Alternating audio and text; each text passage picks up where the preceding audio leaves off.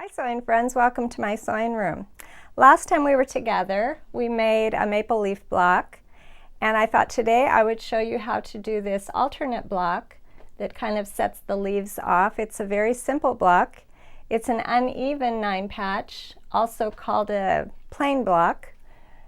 Real easy to make. I made it scrappy and tried to find fabrics in my stash that would kind of go with this fabric right here. This has a lot of the colors in it. I started with that fabric and looked at the colors and pulled out of the stash, and you can see even in this one the fabrics are slightly different, but it adds a lot of interest to the quilt.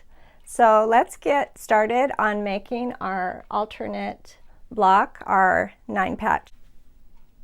This is what we're going to need to make our 9-patch. It's also called a plain block. The 9-patch pieces are different sizes. Your typical 9-patch would be all 2-inch or all 2.5-inch, and this one starts with a 3.5-inch square in the middle, and these rectangles here are 3.5 by 2 inches, and then our corner pieces are 2-inch squares.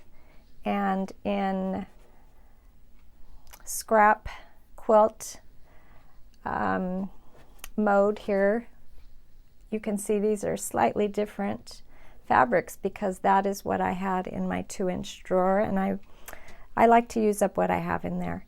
And for this quilt, we want this block to kind of float with our leaves, so I cut strips 2 inches wide. There's one that's 6.5, 2 that are 6.5 inches long, and 2 here that are 9.5 inches long. So I'm going to sit down at the machine. I'm going to sew these together in rows, and then I'm going to add this cream border, and we'll have a 9.5-inch square block to alternate with our leaves.